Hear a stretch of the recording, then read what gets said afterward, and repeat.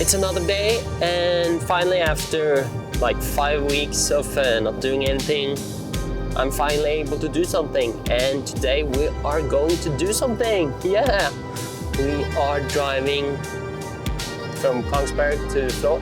So it's a nice scenery outside. It's really like a Norwegian forest with a lot of fog because it's sunrise in like, I think it's 5 minutes until sunrise. So maybe I have to stop and take some drone shots.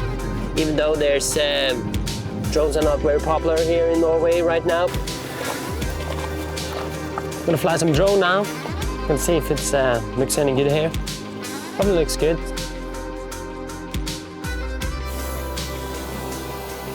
There's a nice lake here, so should be looking good.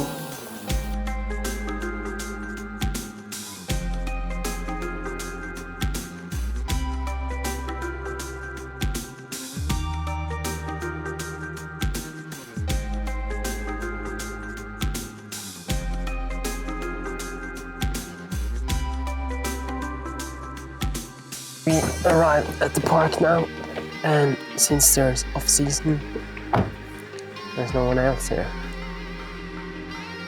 Haven't packed that much. It's my backpack, my Gitzo tripod, and the 400mm. The 400mm case is like bigger than my backpack. The shortest I have is the 70-200. It's just an amazing lens. Autofocus is just so fast, and the quality on the images from this lens is just crazy. It's so sharp and it's so fast. Particularly, I use this lens, the 200-600.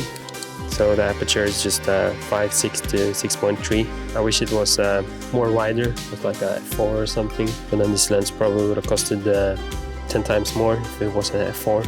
I like that it has internal zooming. So when I'm zooming it, everything's not moving that much. So it's much easier to follow the animal when I zoom in and out. You can just zoom from 200 to 600 with your thumb. It's easy to film and zoom at the same time. I switched to Sony before Canon and Nikon came with their mirrorless cameras, so it feels natural to just use the Sony and not switch back. I had Nikon before I switched to Sony. I also have the TC14, which makes this 560mm f4, and recently I bought the 2.0 teleconverter. It's just nice to have an 800mm f5.6. It's not that sharp with the 2.0 teleconverter, but it's good enough, especially for film. It's more than good enough. It's cheaper to buy a teleconverter than investing in an 800mm, which doesn't even exist.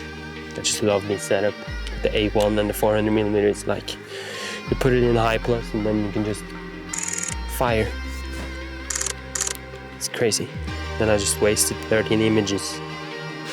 Normally I don't like to show fences, but there are fences, and they actually have quite a lot of space, so it's not like they're cramped in a cage.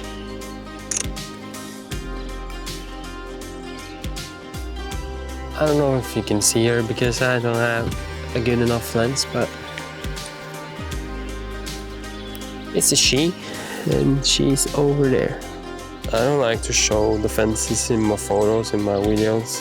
I'm not gonna defend the point of having like a park with enclosed animals, which is for entertainment, which is not, because you learn a lot.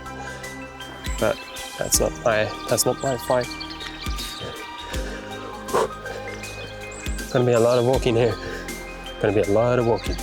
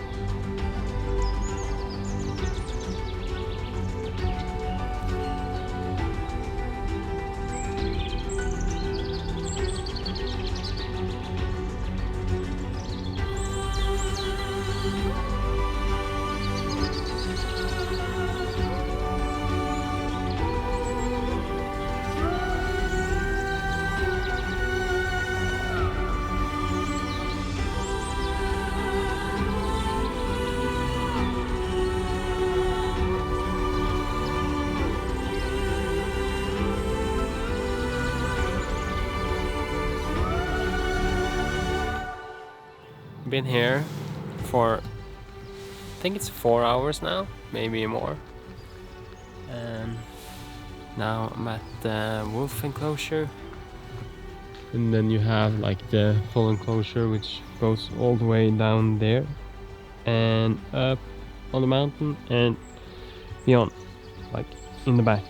So here at this park, it's not like if you show up you're like guaranteed to see wolves, because they can just like stand up there, and that's exactly what they are doing, standing on top of the cliff over there. So I'm just here, and they have been down once, but they didn't take any of the food. They just stood on the tip over there, and then they went on top of there, and then they just walked all the way up again. And I got one film of them. People think it's easy. You could just show up with the camera and then you could just film them. But no, it depends if they want to come down or not. And now they don't want to come down. Maybe I will get wet and cold before they come down. It also started raining. We'll probably find some shelter, because these wolves are not coming down. They will come down when I walk away. That's just typical wolves.